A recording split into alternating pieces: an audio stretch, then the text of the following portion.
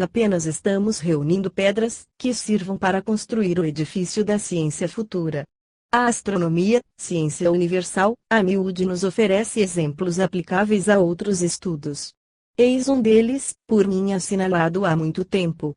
Algumas nebulosas espirais, fotografadas com possantes aparelhos, mostram estrelas simetricamente distribuídas ao longo de suas espirais gasosas, deixando suspeitar o segredo da formação desses astros. As coincidências são tão numerosas e concordantes que não podem ser levadas à conta do acaso e nos levam a reconhecer, nesses aspectos, uma associação de causas e efeitos. O mesmo se dá com as coincidências de morte, as manifestações e aparições. O acaso aqui não tem cabimento. Confessamos, porém, que a explicação é difícil. A alma humana ainda não foi dissecada. Platão, em Fedra, escrevia: pensas que a natureza da alma possa conhecer-se suficientemente, quando se ignora a natureza do todo? Poderíamos aplicar esta máxima a todos os problemas da vida. Os juízos emitidos sobre o ser humano, pelos humanos, são quase sempre falsos, porque nós ignoramos as causas diretas, ou indiretas, de todos os atos. Os estudos que aqui fazemos têm um alcance enorme. As faculdades psíquicas e físicas da alma humana, durante a vida como depois da morte, estão quase que inteiramente por descobrir, e a observação dos fenômenos de assombramento nos faculta, a respeito, claridades inesperadas. Assim que, movimentos de objetos sem contato se produzem em dadas circunstâncias, devido à influência dos mortos. Eis um exemplo quase incrível e de feição romanesca, mas escrupulosamente estudado por F. Mead e Sra. Sidgwick, e publicado em Proceedings, da Sociedade Psíquica da Inglaterra, T. V. Pag. 383. A narrativa é longa e eu não contarei, com Bosano, senão as passagens essenciais. Os fatos desenrolaram-se na aldeia de Swanland, arredores de Inglaterra, em uma carpintaria onde o Sr. Bristol trabalhava como aprendiz. Eis o que ele escreveu: na manhã em que se verificaram os fenômenos, eu estava trabalhando no banco, perto da parede de onde podia acompanhar o trabalho de dois colegas, fiscalizando ao mesmo tempo a porta de entrada. De repente, um dos colegas voltou-se e gritou: amigos, é melhor que tratem do seu trabalho e deixem os sarrafos. Que dizes? Respondi surpreso. Vocês sabem o que eu quero dizer, pois um de vocês atirou-me com isto. E mostrava-nos um cavaco de 4 centímetros quadrados. É claro que ambos protestamos e, quanto a mim, estava convicto de que o outro não largara a ferramenta um minuto sequer. O incidente ia quase esquecido quando o outro camarada se voltou brusco, qual o primeiro, a mim se dirigindo: agora foi você quem me jogou este. E apontava um sarrafo pontudo, que lhe jazia aos pés. Já agora, eram os dois a me acusarem e de nada valia eu negar-lhes, pelo que, terminei rindo e dizendo: cá por mim, sei que não fui, mas, se de fato vocês foram alvejados, agora me cabe a vez. Mal acabava de dizer e outro sarrafo bateu-me no quadril. Fui atingido, gritei: aqui há mistério, vamos ver o que seja. Varejamos todos os cantos, fora e dentro de casa, e nada descobrimos. Depois de muito comentar o fato, acabamos recomeçando nossa tarefa.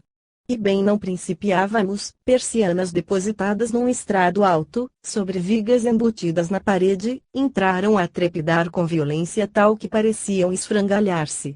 Pensamos logo: anda alguém lá por cima.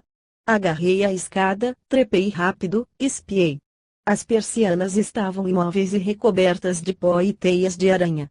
Ao descer, quando a cabeça atingia o nível das vigas, deparou um pedaço de pau da grossura de 2 dedos a deslizar, saltitando em cima de uma tábua e, num salto derradeiro, passou-me junto do ouvido. Assustado, saltei por minha vez, gritando: não há que rir. O sobrenatural existe, que acham vocês? Um colega concordou, o outro insistiu em dizer que alguém estava a zombar de nós. Enquanto assim discutíamos, do ângulo extremo da oficina voou um sarrafo que foi bater no chapéu do contraditor. Nunca me esquecerei da cara pasmada que ele fez.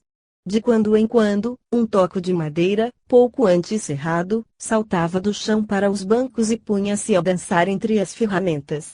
E o que é muito para notar é que, apesar dos esforços feitos, não conseguimos agarrar esses estranhos dançarinos, que iludiam todos os estratagemas, como se possuíssem inteligência. Lembro-me de um que, da banca, saltou para um cavalete distante 3 metros, e dali para outro móvel, até que foi parar num canto. Ainda outro atravessou a oficina, como se fosse uma flecha, em plano horizontal, a 1 metro do solo. Seguiu-se-lhe daí a pouco outro, em linha ondeante, finalmente outro em linha oblíqua, abatendo-se a meus pés. Enquanto o mestre da oficina, Sr. Clark, me explicava as minúcias de um desenho e tínhamos os dedos nele colocados, com espaço de 2 centímetros apenas, um pedaço de madeira pontudo bateu na mesa e resvalou os nossos dedos. Esse estado de coisas perdurou 6 semanas, com maior ou menor intensidade. Por vezes, gozávamos um pouco de tranquilidade, durante 1 ou 2 dias, mas logo sobrevinham dias de atividade extraordinária, como se quisessem ressarcir o tempo perdido. Em uma dessas fases, enquanto um operário reparava uma persiana em banco próximo do meu, vi aprumar-se um sarrafo de 15 centímetros quadrados por 3 de espessura e descrever no ar 3/4 de grande círculo, para bater na persiana que o companheiro aparelhava. Esse o maior sarrafo que vi voar. A maior parte não ultrapassava o tamanho de uma caixa de fósforos, posto que dos mais variados formatos. O último era de carvalho e tinha 8 centímetros quadrados, mais ou menos, por 2 de espessura.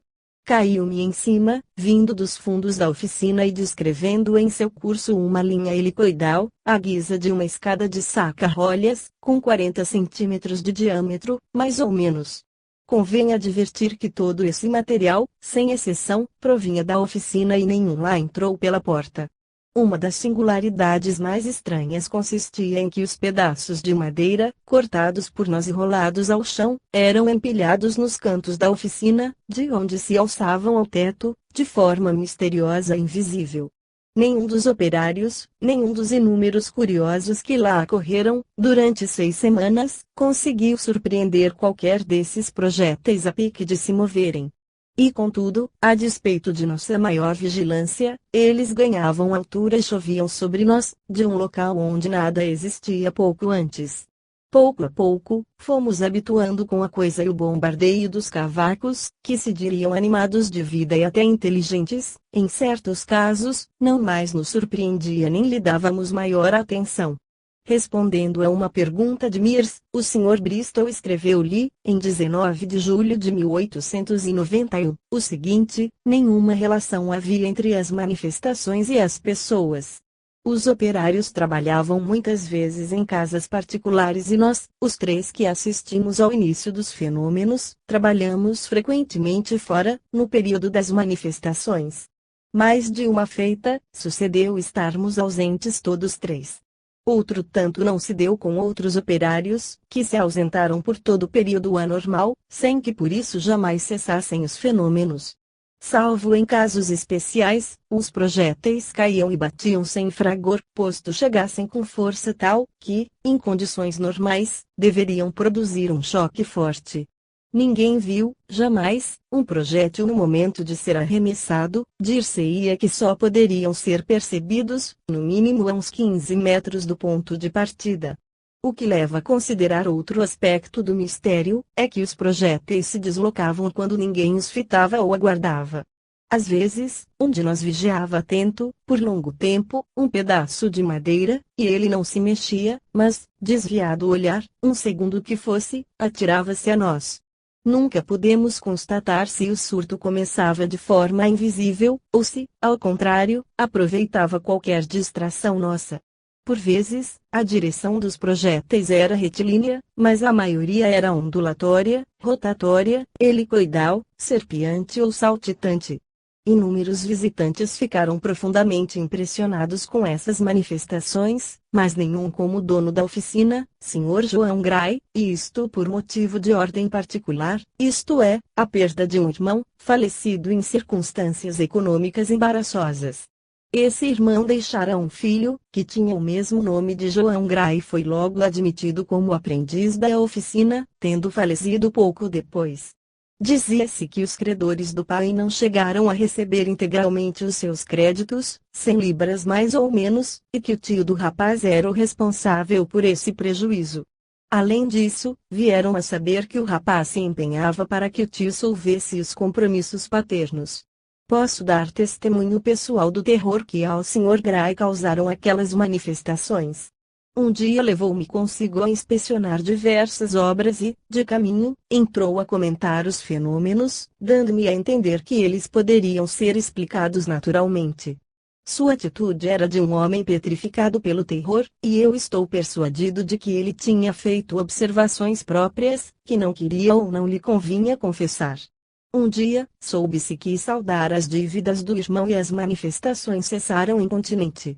Na sepultura do sobrinho não havia lápide, mas logo que os fenômenos começaram, ele apressou-se a preencher essa formalidade. A lousa ainda lá está, no cemitério de Swanland, podendo ler-se nela a seguinte inscrição: Bonnie Gray, falecido aos 22 anos, em 5 de janeiro de 1849. Publico esse curioso caso com todos os pormenores, sem embargo de longos, por julgá-lo muito instrutivo sob todos os pontos de vista. Ainda com Miers, acrescentarei, não lobrigamos nesse caso qualquer manifestação intelectual, mas tão só projeção de sarrafos em todas as direções, por atos intencionais, no propósito de atrair atenção e sem molestar a ninguém. As testemunhas, em tese, concordam em que os fenômenos foram provocados por pessoa falecida, no intuito de impressionar um vivo e levar a cumprir um dever de consciência. O objetivo foi alcançado. Se considerarmos plausível esse ponto de vista e se tomarmos em consideração concomitantes provas de outra natureza, devemos concluir que os processos, na aparência indeterminados e a sua absurdez, já não constituem motivo de objeção, já que ninguém pode, verdadeiramente, avaliar os recursos de uma entidade desencarnada. Em todo o caso, certo é que esses movimentos objetivos, pela maneira como se efetuaram, estavam em relação com o mister que em vida exerceu o suposto agente, na opinião das testemunhas, retundaram eficientes. Muito de notar, também, que, para alcançar os fins colimados, as manifestações pareciam prescindir de personalidades especiais. Judiciosamente prosseguidas, essas observações evidenciariam o sólido fundamento da hipótese de intervenção dos desencarnados em certas manifestações físicas, por mais vulgares que pareçam. Interpretação perfeitamente admissível. Concorda com a conclusão por nós emitida acima, isto é, 1. Que há seres invisíveis. 2. Que podem ser criaturas que viveram entre nós, e 3. Que podem não diferir do que foram em vida corporal. As forças operantes não são inconscientes, quais as de gravitação, peso, calor, e sim pensantes, agindo intencionalmente. As provas aqui reunidas são numerosas e demonstrativas. Vimos que, no castelo do Calvados, a castelã, ouvindo movimento num quarto onde os móveis pareciam espedaçar-se e pancadas violentas abalavam as paredes, procura lá entrar, estende a mão direita para abrir a porta e vê a chave destacar-se, voltear na fechadura e vir bater-lhe na mão esquerda, produzindo uma equimose que durou 2 dias. Havia uma testemunha ao lado, o abade preceptor do filho. E isso foi em uma quarta-feira, 29 de dezembro de 1875.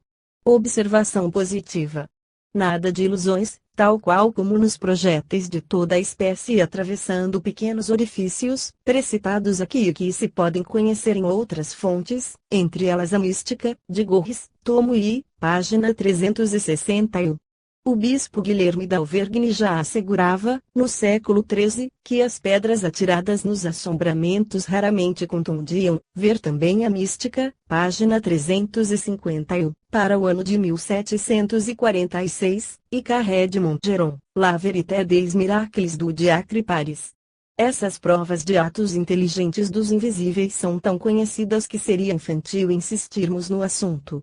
Acabamos de ver desenrolar-se a nossos olhos observações feitas a frio e para as quais não se encontra explicação normal. Outro exemplo, abonado por atestados autênticos e constatado de 1882 a 1889, é o que assinala o inquérito da Sociedade Psíquica de Londres, na grande obra de Mears, Human Personality, publicada em 1904. Eis o seu resumo: em 1882 a família do capitão Monton foi residir em uma casa construída em 1860 e ocupada 16 anos por um anglo-indiano, depois por um ancião, e não mais habitada. Uma noite esta Monton, filha do capitão, escutou rumores à sua porta e, supondo fosse a senhora Monton, abriu. A ninguém vendo, espiou no corredor e divisou perto da escada uma mulher alta, de vestido preto. Essa desconhecida foi vista posteriormente por toda a família, composta do casal, 3 filhas, um pequeno criado e criada.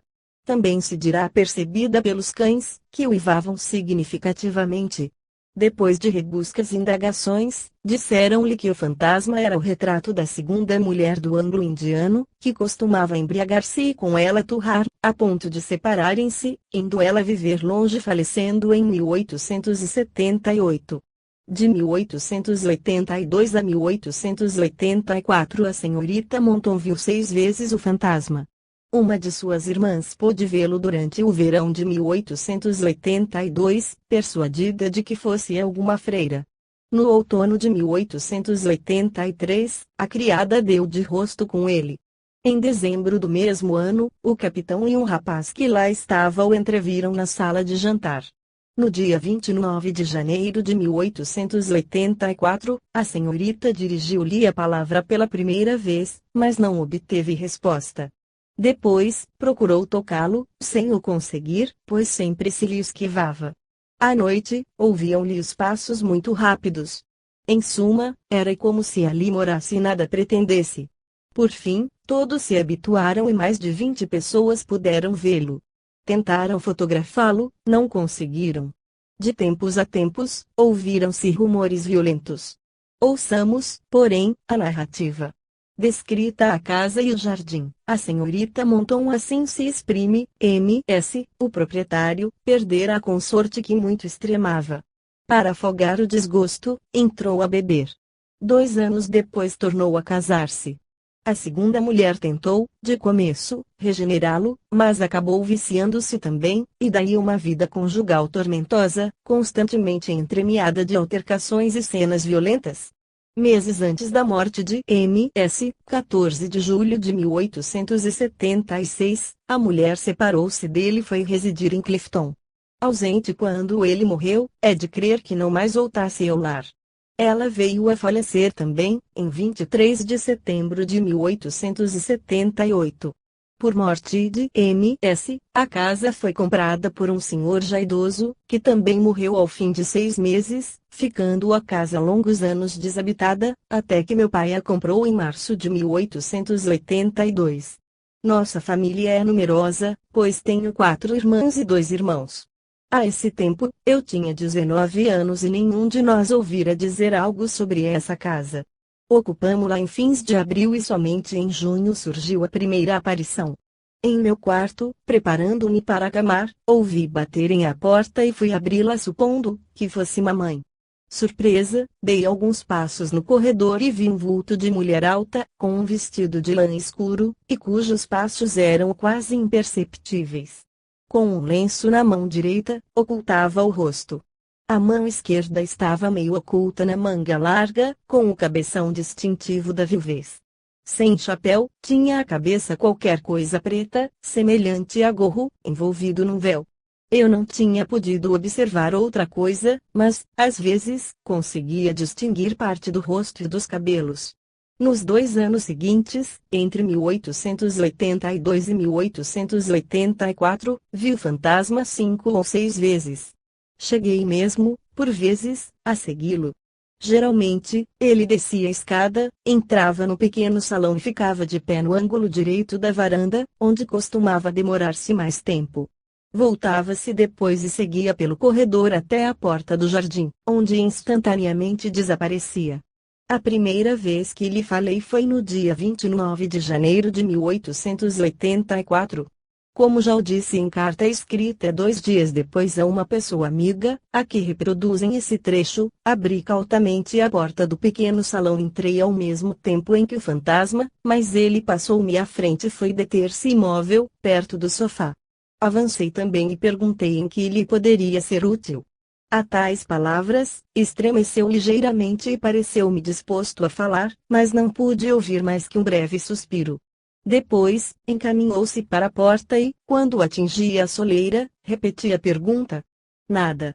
Voltou no salão, seguiu até a porta do jardim, desapareceu. Outras vezes, procurei tocá-lo, em vão, pois se esquivava de maneira curiosa, não que fosse impalpável, mas por me parecer sempre fora de alcance, e quando procurava coá-lo num canto, logo se esvaecia. As aparições atingiram a maior frequência nos meses de julho e agosto de 1884, decrescendo daí por diante. Guardo um caderno de anotações desses 2 meses, anotações destinadas a uma amiga. Dele respigo essa passagem, com data de 21 de julho. Eram 9 horas da noite, estávamos assentados eu, meu pai e irmãos, na sala de espera, perto da varanda. Enquanto lia, vi o fantasma entrar pela porta meio cerrada, atravessar a sala e postar-se atrás da minha cadeira. O que me admirava é que ninguém o percebesse, quando eu o via tão nítido. Meu irmão, que já o tinha visto, não estava conosco. A visão ali permaneceu meia hora, até que se encaminhou para a porta. Acompanhei a pretexto de buscar um livro e vi que atravessou a sala e desapareceu na porta do jardim. Ao aproximar-me da escada, dirigi-lhe a palavra, sem resposta, posto o que, como da primeira feita, parecesse querer falar. Na noite de 2 de agosto os passos foram ouvidos por minhas 3 irmãs e pela cozinheira, que pernoitava no andar superior, bem como por minha irmã casada, senhora K, esta no pavimento térreo. De manhã, todos confessavam ter ouvido alguém andar diante de suas portas. E que eram passos estranhos, diferentes dos de qualquer pessoa da família. Ressoavam pausada, delicada, mas firmemente. Minhas irmãs e os criados não se atreviam a sair, quando tal se dava. No dia 12 de agosto, por volta das 8 da noite, ainda claro, portanto, minha irmã preparava-se para o seu estudo de canto, quando correu a dizer-me que, ao assentar-se ao piano, foi surpreendida com o fantasma a seu lado. Fomos à sala de espera e lá estava ele, de fato, parado no canto da varanda, onde costumava demorar. Falei-lhe pela terceira vez, nada. Assim permaneceu uns 10 minutos, até que atravessou a sala, entrou no corredor e desapareceu na porta do jardim. Instantes depois, entra do jardim minha irmã M a gritar que vira o fantasma subindo a escada externa, da cozinha. Saímos todas ao jardim e minha irmã K, que estava à janela, gritou que o fantasma tinha atravessado o gramado, dirigindo-se para a horta. Nessa noite fomos 4 videntes. Advirto-o que, sempre que nos preveníamos para surpreender a aparição, à hora do costume, a decepção era certa.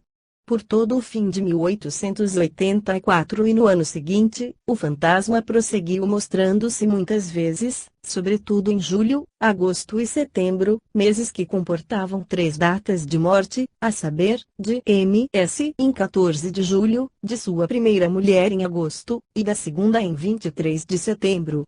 As aparições continuaram uniformes para todos que haviam a deambular nos mesmos sítios, e em circunstâncias diversas. Até 1886, eram tão específicas e reais que podiam ser tomadas com de pessoa viva, depois se descondensaram, tornando-se menos distintas, se bem que, até o fim, interceptassem a luz. Não houve ensejo de verificar se projetava sombra. Algumas vezes, antes de deitar e quando a família já estava recolhida, eu atravessava a escada com fios de linha, em níveis diversos. Ligava-os 2 a 2 com pequenas bolas de cera e de maneira que o mais leve contato os desprendera, sem que o transeunte desse por isso. 2 vezes vi o fantasma passar através das linhas, deixando-as intactas. Chegamos a concluir que esse fantasma correspondia à segunda esposa de M.S. e vamos dizer por quê. O histórico da casa é raças conhecido e, comparando-se à forma misteriosa a qualquer dos antigos moradores, a senhora S. é a única que se lhe assemelha. 2. O fantasma apresentava-se de luto, coisa que absolutamente não caberia à primeira esposa. 3. Diversas pessoas que conheceram em vida a segunda esposa, logo a identificaram com a aparição por nós descrita. Apresentaram-me também um álbum e eu, entre muitas fotografias, indiquei a que mais se parecia com a visão, e vinha a ser de uma sua irmã, justamente a que mais se lhe identificava nos traços fisionômicos. 4. Sua nora, bem como outras pessoas de suas relações, afirmaram que ela costumava passar horas a fio na sala de espera, juntamente no local perto da varanda, onde nos apareceu tantas vezes. As narrações de outras testemunhas são todas concordes com a senhorita Morton, e daí resulta que o fantasma aparecia constantemente em atitude fugitiva, com o véu arrepanhado na mão direita, cobrindo-lhe parte do rosto. Proceedings, da Sociedade Psíquica de Londres, de onde extraímos essa narrativa, bem como as rigorosas sindicâncias de Mears, publicadas nesse órgão e reproduzidas no seu grande livro A Personalidade Humana, lhe conferem foros de autenticidade incontestável. A hipótese de uma alucinação coletiva, de 8 pessoas, separadamente de 2 cães inclusive, é simplesmente absurda. Ouvidos e olhos perceberam a aparição, sua realidade é tão certa como a do obelisco da Praça da Concórdia. Eis mais uma observação, cuja importância não desmerece das precedentes. Foi feita por um grupo de crianças que mal podiam avaliar a importância do problema, assim como pelos criados da casa e por um homem de bom senso, que só aceitou o fato com o maior constrangimento. Gurney estudou rigorosamente este curioso caso e deu-lhe publicidade em Proceedings e Pag 126. Bozano igualmente fez em Fenômenos de Assombramento, Pag 86. O fato ocorreu em 1854 e originou um relatório com todas as minúcias. Eis o que disse a respeito a senhorita Mary E. Vata Simpson. Lembro-me muito bem de uma velha dama que nos aparecia quando éramos crianças. Eu era a mais velha e tinha abaixo de mim uma irmã e outros irmãozinhos mais novos, e que constituiu o maior dissabor da nossa meninice, já porque essa dama era um mistério para nós, e já porque nos acarretava severas reprimendas paternas. Morávamos, então, numa casa muito velha, cuja sala de jantar ficava no último andar e tinha 3 janelas e 2 portas fronteiras. Escada estreita, de grandes lances e muitos patamares, do cimo dos quais aprazia-nos debruçar e espionar o que se passava embaixo, máxime quando os criados introduziam alguma visita no salão. Um dia, assim debruçada no meu ponto de observação, vi uma mulher velha, muito franzina, subir lentamente a escada e entrar sozinha no salão. Grande a surpresa, porque a passagem livre da escada era interrompida por uma porta suplementar, que separava o gabinete de meu pai dos escritórios situados no pavimento térreo. Assim, as pessoas que quisessem entrar deveriam timpanar como faziam na porta principal. Ora, eu tinha visto a velha subir aquém daquela porta, estando a mesma fechada e ninguém a tendo aberto. Daí eu entrar em confabulação com Walter, escarranchado no patamar superior, a fim de reconhecer a intrusa. Dissemos silenciosos e cautos ao salão, certos de lá encontrá-la, e grande foi a desilusão quando não vimos ninguém. Regressei em ponta de pés, sabendo perfeitamente que nos era proibido entrar no salão, mas, enquanto subia a escada, escapou um grito de surpresa ao ver a velha saindo por uma porta habitualmente fechada, e justamente no patamar onde eu estivera pouco antes. Tornei a entrar no salão para avisar o Walter, visto que me dispunha a espiar no patamar e eis que vejo a velha descer vagarosamente, já para além da porta que interceptava a escada. No momento em que ela desaparecia, meu pai rompeu no escritório e deu-nos um bom corretivo pela tagarelice e barulho que fizéramos. Dias depois, entretidos com o nosso brinquedo predileto, que consistia em virar 2 cadeiras à guisa de diligência na qual nos aboletávamos com um tapete à cabeça, representando o toldo, meu irmão Garry machucou-me e eu me vinguei jogando o tapete ao ar. E a primeira coisa que vi foi a velha, com a mesma roupa, isto é, com um vestido preto muito usado, mantilha de veludo e uma enorme touca na cabeça. Supus que pretendia dirigir-se ao gabinete de meu pai e tivesse, por equívoco, caminhado demais, porém ela continuou a subir. Subi também, lépida, no intuito de embargar-lhe a passagem. Não mais a vi. Corri, então, ao patamar, desci a escada e encontrei Walter a correr também no encalço da velha, já então descendo rápida, também, e rente à parede, mas, no meio da caçada, eis que reponta o velho à porta do gabinete e ameaça o Walter de chicote se não acabasse com a barulheira. Pedimos explicação aos criados, sobre a velha, e vimos trocarem sinais entre si, antes de nos informarem que se tratava de uma velhinha que viera visitar mamãe. Posto que a víssemos muitas vezes, sem experimentar nenhum pavor, parece que ninguém nos dava crédito e por isso comentávamos o caso entre nós, evitando referi-lo aos adultos. Nada obstante, havíamos tomado nossas precauções e, quando brincávamos de diligência, metíamos um postilhão a descoberto, a fim de assinalar de pronto a chegada da velhinha. De fato, tinha-nos parecido que ela nos fichava com muita insistência e temíamos que, surpreendendo-nos de cabeça coberta com o tapete, nos pregasse alguma peça desagradável, algo de temeroso. Além disso, escondida pelo mesmo tapete, guardávamos uma régua para lhe atirar, se tentasse tocar-nos. Depois disso, compreende-se que sempre consideramos o fantasma como personalidade real e, apesar dos longos anos transcorridos, ainda guardo dele uma lembrança muito viva, parecendo-me que estou a vê-lo. Assinado, Mary E. Vata Simpson. Nessa altura o texto se referta de longas citações, colhidas no diário da Sra. Simpson, onde consta que, além da velha, manifestava-se o fantasma de um homem idoso, bem como rumores de toda a espécie. A casa, muito antiga, tinha fama de mal assombrada, tanto que a família, que lá residira anteriormente, se mudara por causa do barulho noturno que não deixava as crianças dormirem. Veja-se este trecho característico. Meu marido não acreditava em nada dessas coisas. Ontem, porém, sua incredulidade experimentou forte abalo, pois viu, com os próprios olhos, o fantasma e teve uma sensação de temor que mal suspeitaria. Eis como se deu o fato: devido à recente enfermidade, ficaram-lhe acumuladas na escrivaninha pilhas e pilhas de cartas e documentos. Resolveu, então, consagrar parte da noite à classificação e expediente da papelada, ordenando peremptoriamente aos criados que não permitissem visitas, nem algo que pudesse interromper-lhe a tarefa. Eu, por minha vez, tomei providências para garantir-lhe absoluta tranquilidade. Assim que, ontem, depois do jantar, ele isolou-se no gabinete e ainda lá estava quando deram 11 horas.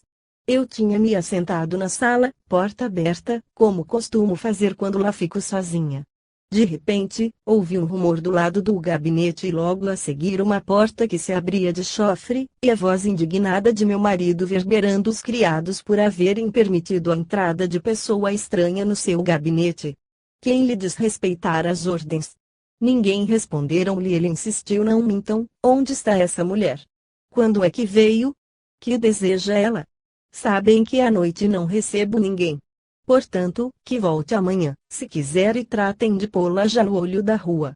Tudo isso ele dizia como se a intrusa ainda lá estivesse, dentro de casa, e no propósito de lhe falar, enquanto os criados protestavam que ninguém entrara e que ninguém subira nem descer a escada. Súbito, meu marido tomou outra atitude, calou-se, imóvel, como se houvesse perdido a noção da vida exterior, estuporado.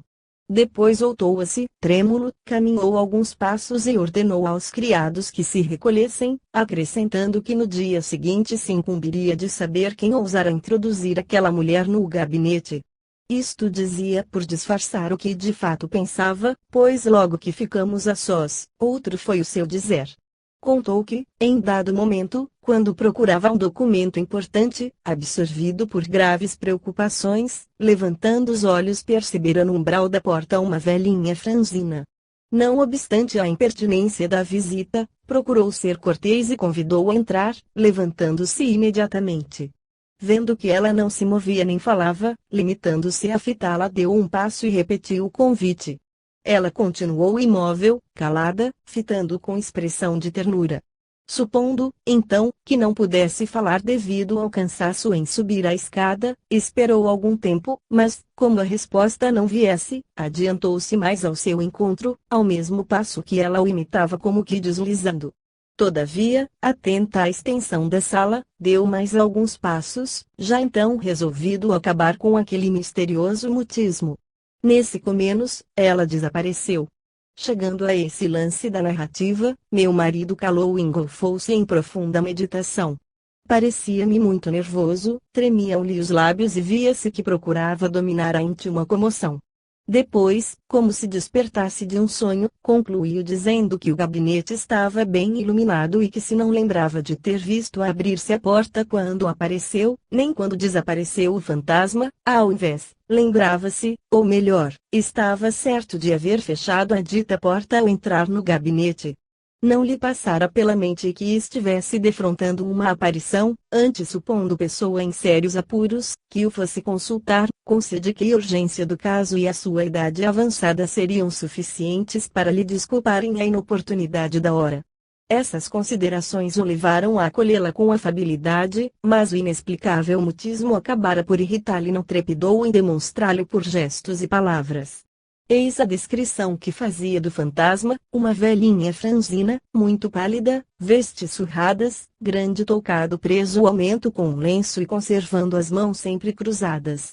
Por fim, resume nestes termos as suas impressões, expus em termos precisos o que me sucedeu, não posso duvidar do que vi e reconheço que é coisa inexplicável, por conseguinte, não falemos mais nisso. Por mim, estou certa de que não mais zombará das nossas visões absurdas. De fato, ele foi tocado de maneira a não saber o que deva pensar, e muito tempo correrá antes que esqueça a pálida velhinha que costuma perambular em nossa casa. Essa narrativa de Gurney. Essa múltipla observação, feita em primeiro lugar por crianças, infirma, se é que de todo não anula, a hipótese alucinatória, hipótese que eu conheço sob todas as formas, pois tenho sempre à mão a obra clássica de Bailey de Boismont. Que personalidade singular será essa? Tudo leva a crer que se trata de pessoa morta, que houvesse morado na casa. Procure-se outra hipótese que mais concorde com os fatos observados. Podemos aplicar a essa aparição o que acima expendemos sobre o caso da família Morton, isto é, que é tão real como o obelisco da Praça da Concórdia. Reconheçamos, com lealdade, que nos encontramos aqui fronteando o absoluto mistério, tanto quanto evidente nos testemunhos do Calvados e todos os demais catalogados nestas páginas. Confessemos que nada sabemos, justificando a nossa curiosidade e perquirição. Tudo isso vale bem mais que os romances fantasistas por aí publicados todos os dias, geralmente sobre o mesmo assunto passional. Só devemos afirmar o que foi rigorosamente observado, mas não é honesto nem razoável recusarmos-nos, seja qual for o pretexto, a reconhecer a realidade evidente. O Sr. Conan Doyle publicou, em 1919, um livro notável, A Nova Revelação, no qual nos conta que, fazendo parte da Sociedade de Investigações Psíquicas, foi, com 2 outros delegados, designado para passar uma noite em certa casa mal assombrada. Também se trata aí de uma observação pessoal. Eram rumores e pancadas incompreensíveis, perfeitamente idênticos aos do caso da família Donny Wesley, de Eport, em 1726, ou ainda o da família Fox, de Desville, em 1848, de que originou o moderno espiritismo. O resultado desse inquérito foi a constatação de fenômenos análogos aos descritos nesta obra, em provável conexidade com uma inumação anterior ao lado desses problemas suscitados por fantasmas de mortos, quantos outros se nos deparam. Todas as entidades, todas as forças, todas as causas invisíveis, todos os espíritos que se manifestam de qualquer maneira nos fenômenos inúmeros que estudamos, não são somente produções de almas desencarnadas. Também os encarnados podem exteriorizar-se e atuar fora de si mesmos, bem como agir de si mesmos, no corpo, inconscientemente. Estamos, em suma, rodeados de elementos psíquicos conhecidos e desconhecidos. A curiosíssima observação a seguir denotará a ação humana, realização de uma vontade de pessoa encarnada, ou de um desencarnado a quem se referiam. As aparências favorecem esta última interpretação. Ponderemos com inteira liberdade e sem prejuízos quaisquer. Qual a parte cabível ao nosso organismo nos fenômenos metapsíquicos? Em A Morte e o Seu Mistério, T. I. Pag 351, anunciei uma observação do Sr. Oscar Belgione, secretário do Tribunal de Anvers, a qual, por excesso de matéria, deixei de ali relatar, reservando-a para esta obra. Essa observação é interessante, do ponto de vista em que acabamos de nos colocar. Eis o que consta na carta N. 4421, de 5 de abril de 1921. Eu tinha já 12 anos de serviço na repartição em que ainda hoje trabalho. Um dia, alguns amigos vieram oferecer-me um bom emprego em uma empresa particular e, alegando urgência de solução, insistiam teimosamente para que aceitasse a proposta, chegando até a comissionar um amigo íntimo, a fim de convencer-me. Acabei pedindo 24 horas para decidir. Nesse dia, à noite, fazia intenso frio. Eu tinha feito um longo passeio pelas ruas mais ou menos desertas e assim caminhando ponderava os prós e contras do partido que se me oferecia. Recolhi-me às 11h15 e encontrei-as sentadas na cozinha, lendo, à minha espera, duas irmãs. Disseram-me que a luz se apagara na sala de jantar e na varanda, pelo que trataram de bem fechar as portas e ali se instalarem junto do fogão. Elas sabiam quanto me preocupava a proposta que decidiria do meu futuro, desejavam saber a decisão tomada. Assentamos os três à mesa encostada na parede, com o rosto voltado para o forno. Ao lado da chaminé ficava o grande armário embutido na parede. Na prateleira, o trem de cozinha e por baixo da mesma, uns 50 centímetros, havia uma tábua com ganchos e, num deles, pendurada uma toalha. Ninguém mais ali se encontrava, nem corria mais leve aragem. Discutíamos o caso, minhas irmãs esforçavam-se por convencer-me, eu relutava. Que fazer? A coisa afetava o meu futuro. Se ainda tivéssemos alguém que nos esclarecesse, disse uma delas. Ou se papai ainda fosse vivo, obtemperou a outra. A simples pronúncia daquele nome, que evocava a personificação da honestidade e da bondade, todos emudecemos, pensativos.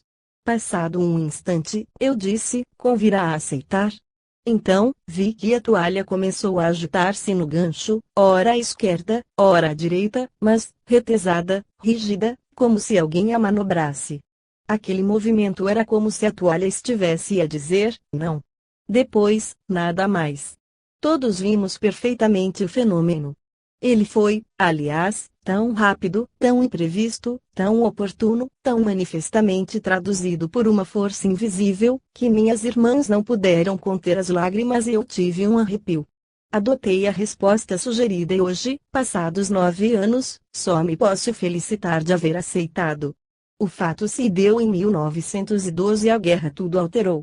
Hoje a empresa que se me oferecia já não existe, o que vale dizer que teria perdido o meu ganha-pão. Gostaria que esses fatos, cuja autenticidade certifico, sob palavra de honra, pudessem aproveitar o monumento científico que estás constituindo com tanta competência e imparcialidade. Ó Belgione. Em carta subsequente, de 14 de maio, o Sr. Belgione acrescentava, o que assinalo como digno de maior atenção é que a força que aproveitou da toalha, único meio talvez de que dispunha, deu resposta adequada à minha pergunta, como se previsse o futuro. Mas que força? Como poderia ela prever? Não seria essa mesma força que um dia, em Folkestone, durante a guerra, bateu num móvel e me fez chegar a tempo de evitar um incêndio, fato este que também vos comuniquei? Confesso que o meu primeiro juízo ao ler esse depoimento foi que o depoente forçava uma tanto a interpretação de um incidente banal e quase ridículo. Mas, depois, considerei que um homem afeito a discussões jurídicas não é um tipo qualquer. O mais simples seria supor que não passasse tudo de ilusão, mas como, se havia afirmativas concordantes de 3 testemunhas? E depois, sobretudo, aquele balanço da toalha seria mais ridículo que a contração das patas da rã de Galvani. Todavia, é lícito perguntar se o Sr. Belgione não teria agido inconscientemente. Mas, como pôr em movimento um objeto sem saber que o fazemos e, ao demais, de improviso? O problema não está resolvido, confessemo-lo. Do inquérito feito em Anvers e ao qual o missivista se prestou do melhor grado, obtive uns tantos documentos oficiais, sobre a data de falecimento do pai de Balgione, a 3 de fevereiro de 1900, com 67 anos de idade, bem como testados em separado das duas irmãs, e informes outros prestáveis à elucidação do problema. A teoria da atuação do defunto, cuja bondade e paternal amor aos filhos conheciam, não deixa de ser admissível. Continuemos, porém, a estudar e comparar. Não esqueçamos que foi com a anatomia comparada que Cuvier obteve suas descobertas paleontológicas. Tenho de contínuo manifestado meu espanto e pesar por ver comunicações de mortos e manifestações tão insignificantes e tão banais, e contudo, imponderado sempre, não deixam os adversários de encrespar-me essa circunstância. Mas, pergunto, não deve a sinceridade impor-se antes de tudo? Nós estudamos. Nós constatamos. Certo, preferiremos, eu mais que ninguém, obter revelações da vida espiritual e de outros planetas. Se o resultado dos nossos estudos fosse negativo, comprovando que certas almas não se comunicam e mesmo que não há senão manifestações fragmentárias, ecos imperfeitos de espíritos ainda ligados à vida terrena, ou ainda produções pessoais inconscientes, não deixaríamos de o proclamar com toda franqueza. Tudo está por aprender. A verdade antes de tudo. Capítulo 11 Fenômenos de assombramento sem indício de ação dos mortos, espíritos turbulentos, poltergeist. No capítulo precedente reunimos observações indiciais de tal ou qual coparticipação de mortos, com objetivos mais ou menos definidos, levando-nos a presumir intenções, votos a cumprir, atos póstumos, enfim. Aliás, já o havíamos notado no exame geral do assunto. Constatamos, porém, ao mesmo tempo, a existência de fenômenos singulares, que não deixavam entrever qualquer indício de origem e finalidade. Tivemos a impressão de que esses fatos misteriosos são muito variados e longe estão de moldar-se a mesma explicação, de estar-nos situando nas fronteiras de todo um novo mundo a descobrir. Neste capítulo classificaremos exclusivamente os fenômenos sem indícios de influência póstuma. Não digo em oposição ao capítulo antecedente sem associação de mortos, porque o mundo extraterreno está todo ele por estudar e as precedentes revelações aconselham extrema prudência. Digo, porém, sem indícios presumíveis. Já em nosso primeiro bosquejo do assunto, quando das pedras atiradas na Rua das Nogueiras, em Paris, constatamos ausência de qualquer indício de ordem psíquica. Não o encontramos, tampouco, através da fantástica fenomenologia do Castelo de Calvados, no presbitério misterioso, etc. Posto que intenções póstumas, inesperadas, fossem muitas vezes sugeridas, parece que se trata aí de outra coisa. Há muito tempo que toda uma classe de fenômenos de assombramento foram reunidos sob a denominação de espíritos turbulentos, estudados principalmente na Alemanha e lá designados poltergeist, de polter, fazer barulho, geist, espírito. Assim se classificam os rumores, pancadas, algazarra, audições variadas, passos, murmúrios, gemidos, etc., produzidos por causas inapreciáveis. Na prospecção do capítulo 2, focamos espetáculos estranhos de projeção de pedras, móveis derrubados, etc., cuja banalidade nos deixou estupefatos, e perguntamos qual poderia ser a causa de tais distúrbios. Os exemplos típicos, posteriormente expostos, demonstraram que esses fenômenos também são multiformes e fantásticos. Assim sendo, com relação aos exemplos do capítulo precedente, revelador de ação oculta de criaturas falecidas, outros há que nos parecem inteiramente diferentes e, como tais, merecedores de um capítulo especial. Que causa lhes poderemos atribuir?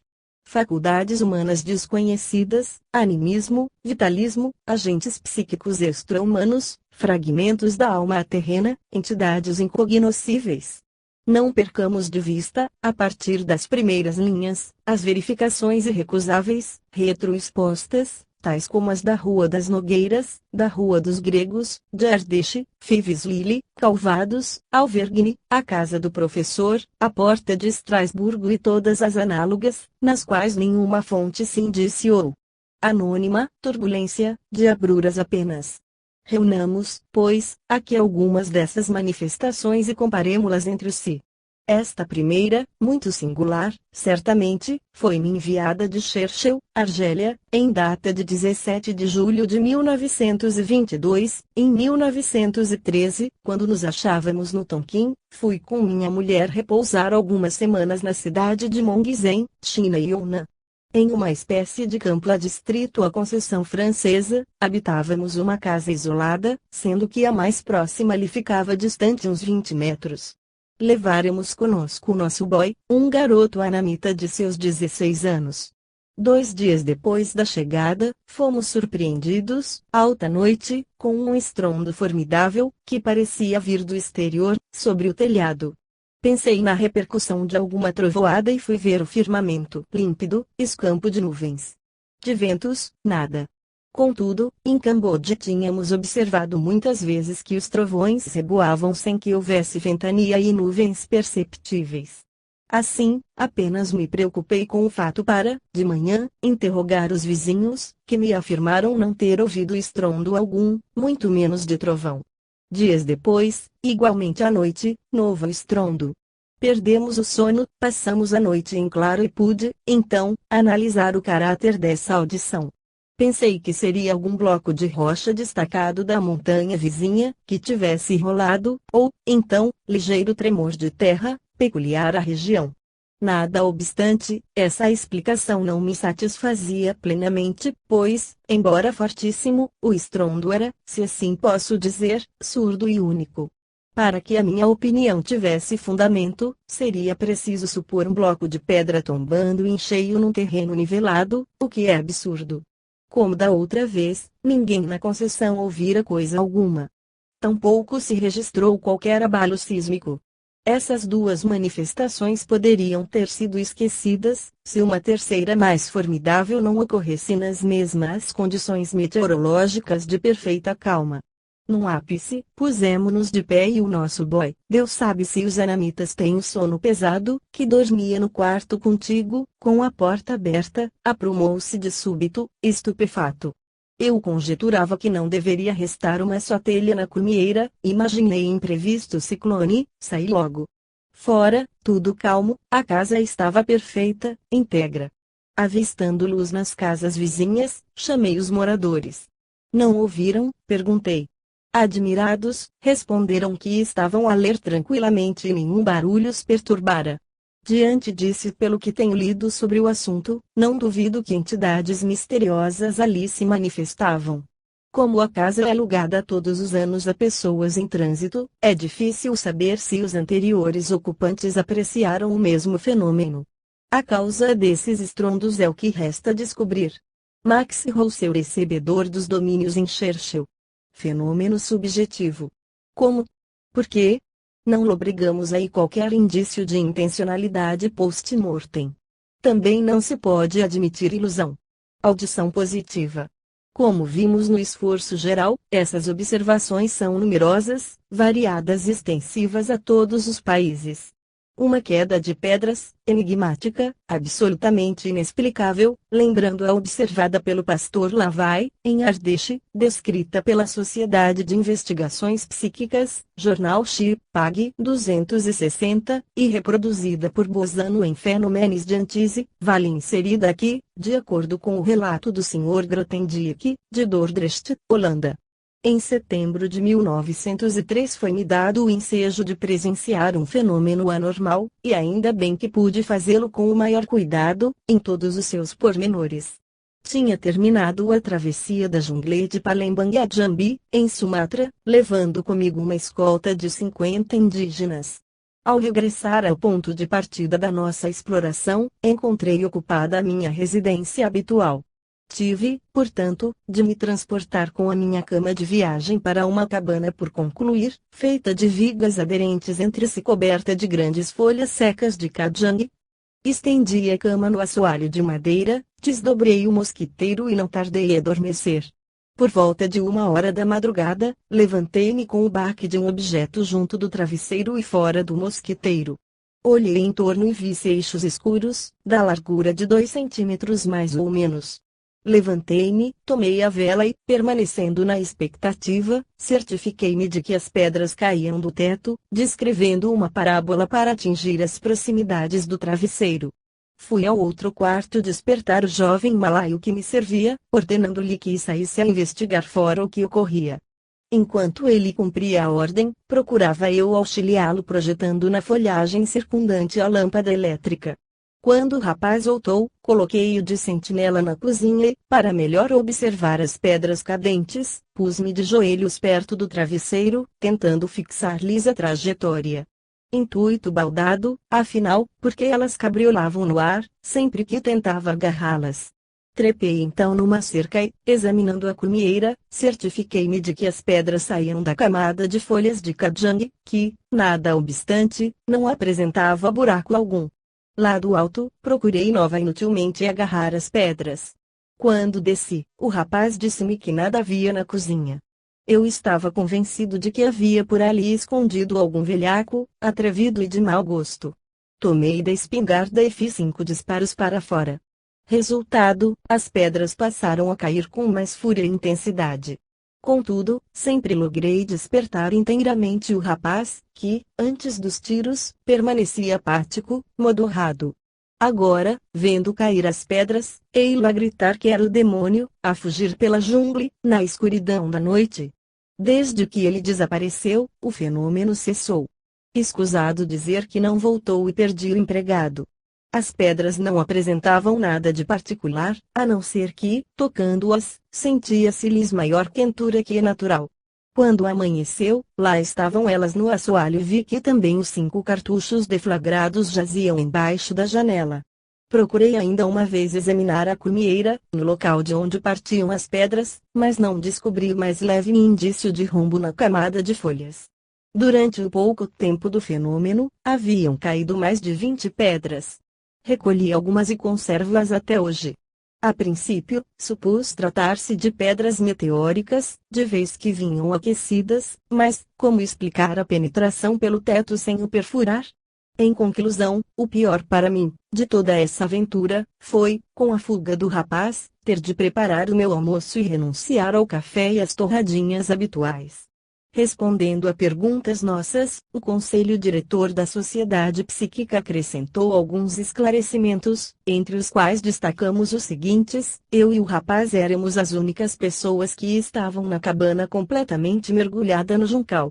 Do ponto de vista da fraude, o rapaz está acima de suspeitas, pois dormia junto da porta e, quando procurava despertá-lo, 2 pedras caíram sucessivamente e eu as vi e ouvi cair, pois a porta estava aberta. As pedras caíam com vagareza notável, de modo que, no caso mesmo de fraude, restaria algo de misterioso a explicar. Dir-se-ia que elas demoravam no ar, descrevendo uma curva parabólica e batendo com força no chão. O próprio ruído que faziam era normal, porque muito forte, em relação à lentidão da queda. Disse que o rapaz me parecera apático até o momento em que os tiros o espertaram, porque assim o demonstravam os seus movimentos incertos e tardos. Assim foi que se ergueu, entrou no juncal e de lá regressou, sempre vagaroso. Essa vagareza me causava a mesma impressão que a das pedras cadentes. Esses os pontos essenciais dos relatórios do Sr. Grothendieck.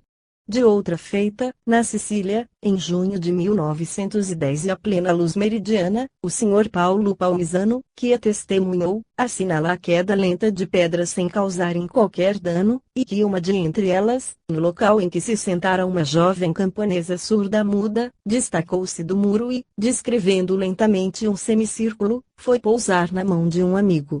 Entreolhamo-nos aturdidos, escreve ele, mas a saraivada continuou. Giornale di Sicilia, 7 de julho de 1910. A propósito de projéteis partindo de pontos onde não há qualquer orifício, bem como de sua temperatura normal, devemos notar que, não obstante incompreensíveis, esses fatos se repetem nas manifestações turbulentas. Não podemos recusar essas constatações. Notemos nesses 3 casos de Churchill, Sumatra e Sicília, a presença de uma jovem criatura humana, inconsciente. Procurando as causas desses misteriosos eventos, não lobrigamos qualquer indício de intervenção de pessoas falecidas, e contudo aí estão, certamente, vestígios de intencionalidade, diretivas, inteligência.